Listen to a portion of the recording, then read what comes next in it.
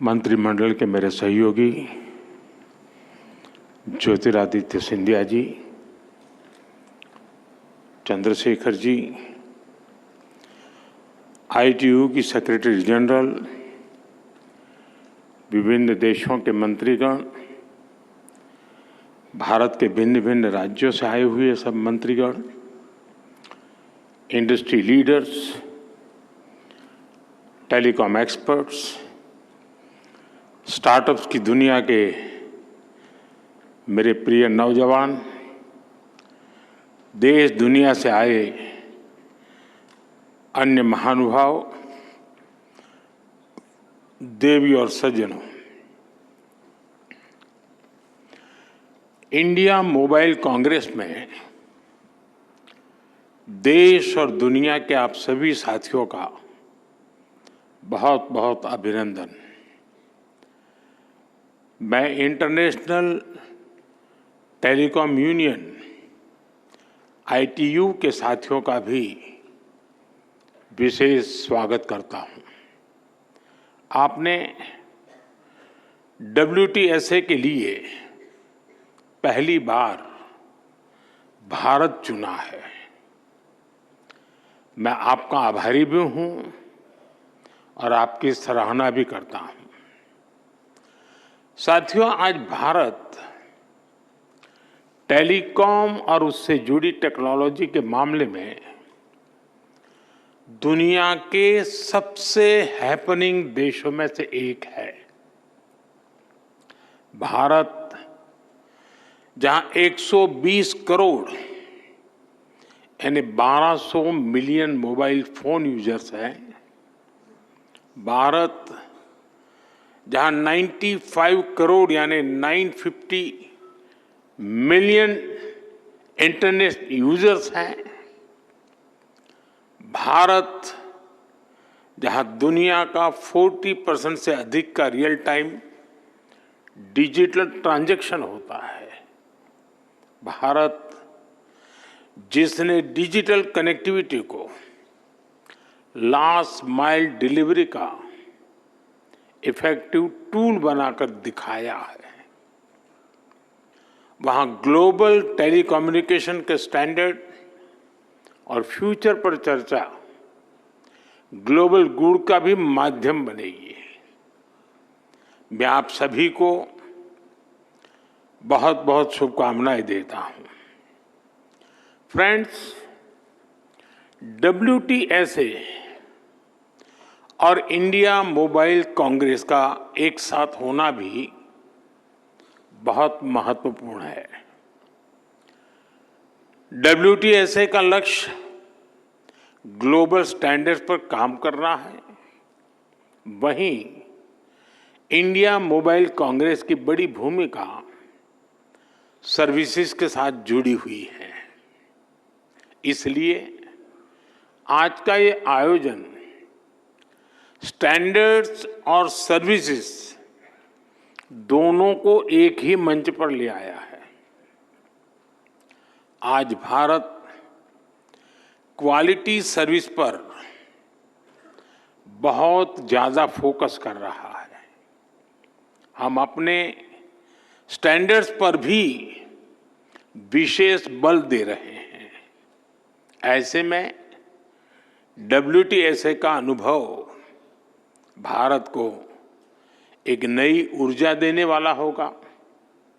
साथियों, WTSA पूरी दुनिया को कंसेंसस के जरिए एम्पावर करने की बात करता है। इंडिया मोबाइल कांग्रेस पूरी दुनिया को कनेक्टिविटी के जरिए सशक्त करने की बात करती है। यानी इस इवेंट में कंसेंसस और कनेक्टिविटी भी एक साथ जुड़ी है। आप जानते हैं कि आज की कॉन्फ्लिक्ट से भरी दुनिया के लिए इन दोनों का होना कितना जरूरी है। भारत हजारों वर्षों से वसुधैव कुटुंबकम के अमर संदेश को जीता रहा है। हमें G20 का नेतृत्व करने का अवसर मिला, तब भी हमने one earth, one family, one future का ही संदेश दिया। भारत दुनिया को कॉन्फ्लिक्ट से बाहर निकालकर कनेक्ट करने में ही जुटा है। प्राचीन सिल्क रूट से लेकर आज के टेक्नोलॉजी रूट तक भारत का हमेशा एक ही मिशन रहा है, दुनिया को कनेक्ट करना और प्रगति के नए रास्ते खोलना। ऐसे में WTSA और IMC की ये साझेदारी भी एक प्रेरक और शानदार मैसेज है। जब लोकल और ग्लोबल का मेल होता है, तब न केवल एक देश बल्कि पूरी दुनिया को इसका लाभ मिलता है, और यही हमारा लक्ष्य है। फ्रेंड, 21वीं सदी में भारत की मोबाइल और टेलीकॉम यात्रा पूरे विश्व के लिए स्टडी का विषय है। दुनिया में मोबाइल और टेलीकॉम को एक सुविधा के रूप में देखा गया, लेकिन भारत का मॉडल कुछ अलग रहा है। भारत में हमने टेलीकॉम को सिर्फ कनेक्टिविटी का नहीं, बल्कि इक्विटी और अपॉर्चुनिटी का माध्यम बनाया। ये माध्यम आज गांव और शहर, अमीर और गरीब के बीच की दूरी को मिटाने में मदद कर रहा है।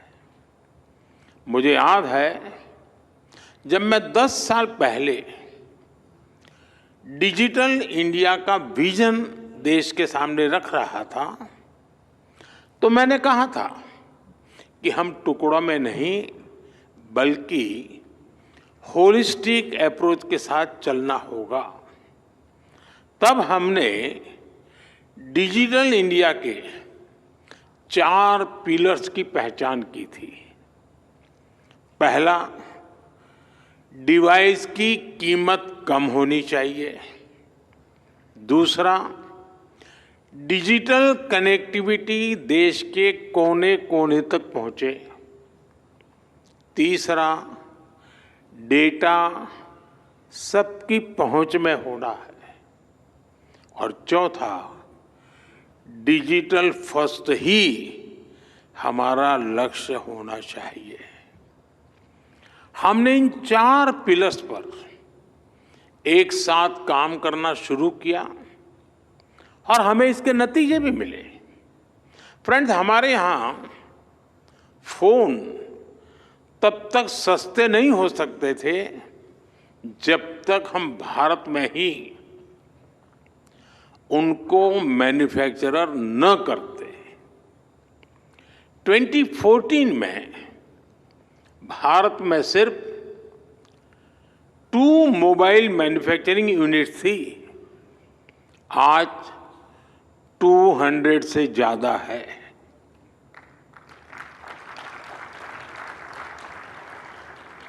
पहले हम ज्यादातर फोन बाहर से इंपोर्ट करते थे, आज हम पहले से 6 गुना ज्यादा मोबाइल फोन भारत में बना रहे हैं।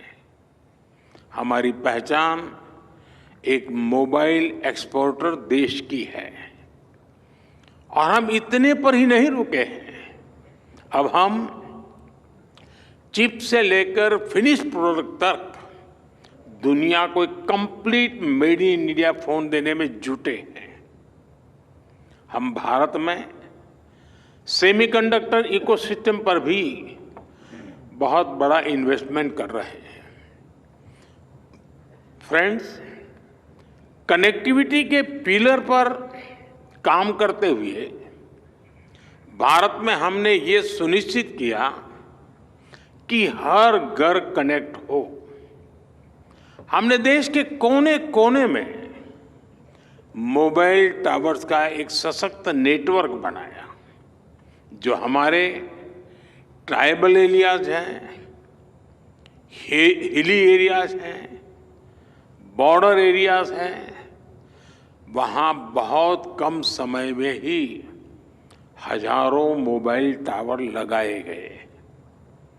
हमने रेलवे स्टेशंस और दूसरे पब्लिक प्लेसेस पर वाईफाई की सुविधा दी। हमने अपने अंडमान निकोबार और लक्षद्वीप जैसे आइलैंड को अंडर सी केबल्स के माध्यम से कनेक्ट किया।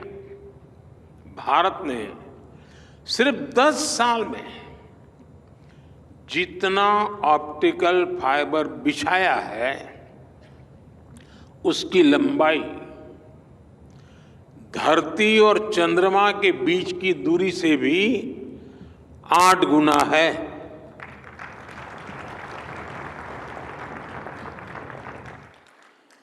मैं भारत की स्पीड का आपको एक उदाहरण देता हूं। 2 साल पहले मोबाइल कांग्रेस में ही हमने 5G लॉन्च किया था। आज भारत का करीब करीब हर जिला 5G सर्विस से जुड़ चुका है। आज भारत दुनिया का दूसरा बड़ा 5G मार्केट बन चुका है और अब हम 6G टेक्नोलॉजी पर भी तेजी से काम कर रहे हैं। साथियों, भारत ने टेलीकॉम सेक्टर में जो रिफॉर्म्स किए, जो इनोवेशन किए, वो अकल्पनीय है, अभूतपूर्व है। इससे डेटा की कीमत बहुत कम हुई। आज भारत में इंटरनेट डेटा की कीमत लगभग 12 सेंट प्रति जीबी है, जबकि दुनिया के कितने ही देशों में 1 जीबी डेटा इससे 10 गुना से 20 गुना ज्यादा महंगा है। हम भारतीय आज हर महीने औसतन करीब 30 जीबी डेटा कंज्यूम करते हैं। साथियों, इन सारे प्रयासों को हमारे चौथे पिलर यानी डिजिटल फर्स्ट की भावना से नई स्केल पर पहुंचाया है। भारत ने डिजिटल टेक्नोलॉजी को डेमोक्रेटाइज किया। भारत ने डिजिटल प्लेटफॉर्म बनाए और इस प्लेटफॉर्म पर हुए इनोवेशन ने लाखों नए अवसर पैदा किए। जनधन, आधार और मोबाइल की जेम ट्रिनिटी कितने ही नए इनोवेशन का आधार बनी है। यूनिफाइड पेमेंट्स इंटरफेस यूपीआई ने कितनी ही नई कंपनियों को नए मौके दिए हैं। अब आजकल ओएनडीसी की भी ऐसी ही चर्चा हो रही है। ओएनडीसी से भी डिजिटल कॉमर्स में नई क्रांति आने वाली है। हमने कोरोना के दौरान भी देखा है कि कैसे हमारे डिजिटल प्लेटफॉर्म्स ने हर काम आसान किया है।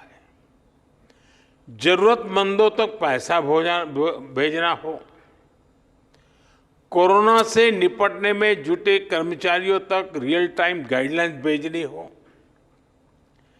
वैक्सीनेशन का प्रोसेस स्ट्रीमलाइन करना हो, वैक्सीन का डिजिटल सर्टिफिकेट देना हो, भारत में सब कुछ बहुत स्मूथली हुआ। आज भारत के पास एक ऐसा डिजिटल बुके है जो दुनिया में वेलफेयर स्कीम्स को एक नई ऊंचाई दे सकता है।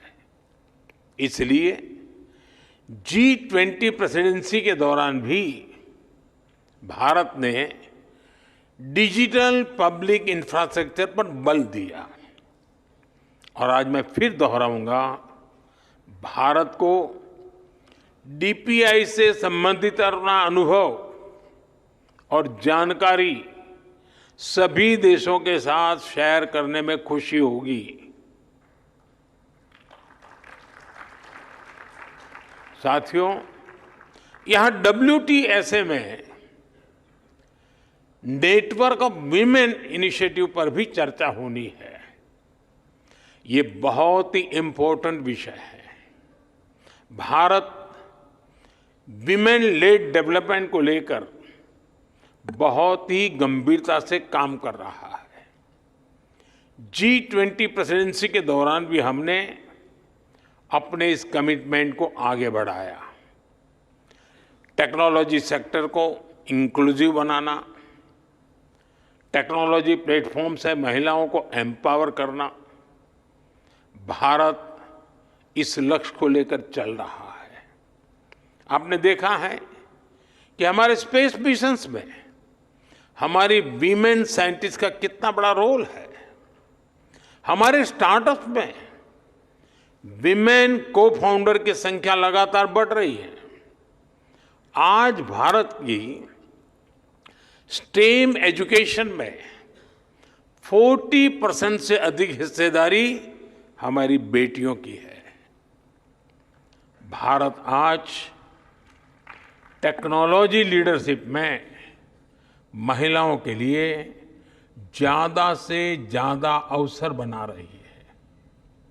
आपने सरकार के नमो ड्रोन दीदी कार्यक्रम के बारे में जरूर सुना होगा। ये खेती में ड्रोन क्रांति को बढ़ावा देने वाला कार्यक्रम है।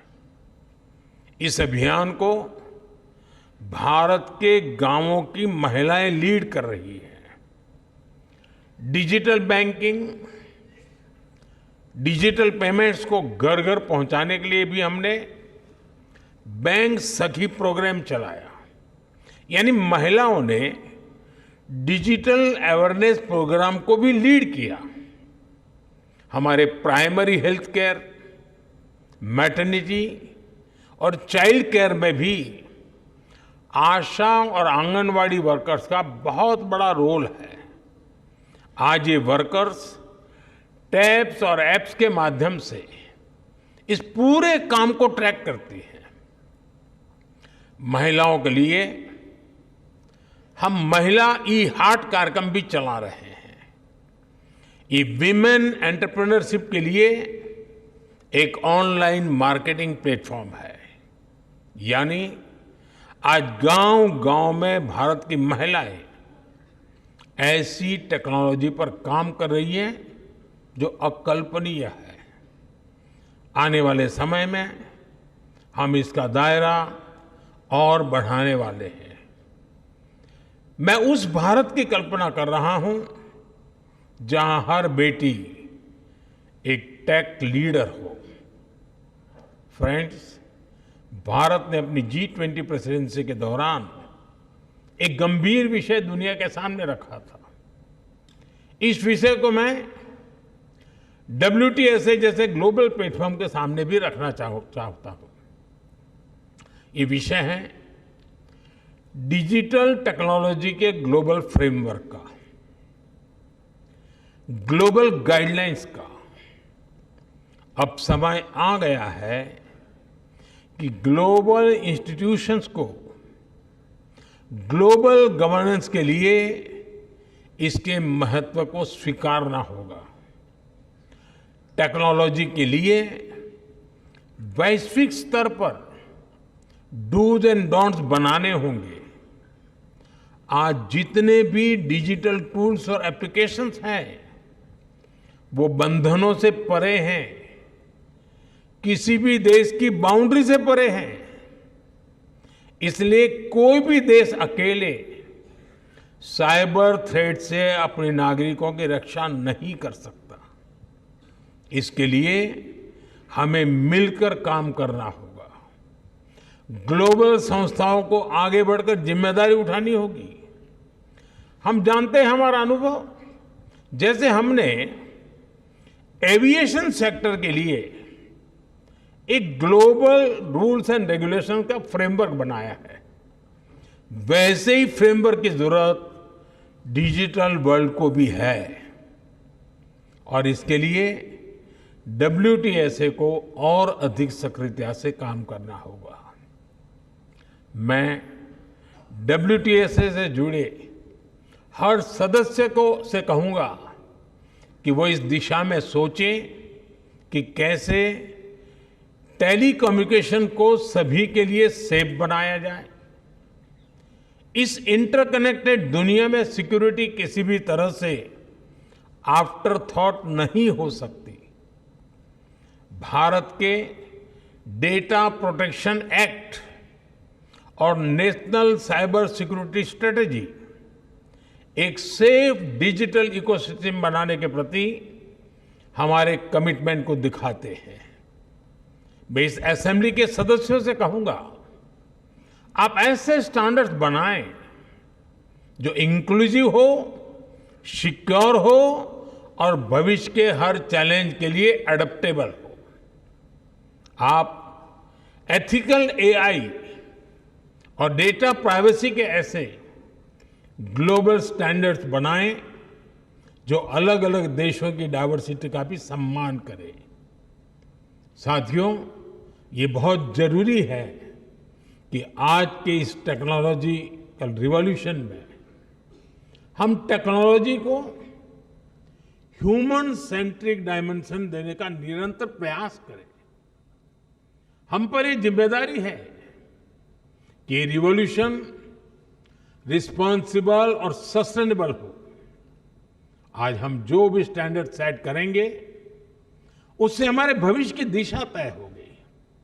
इसलिए सिक्योरिटी, डिग्निटी और इक्विटी के प्रिंसिपल्स हमारी चर्चा के केंद्र में होने चाहिए।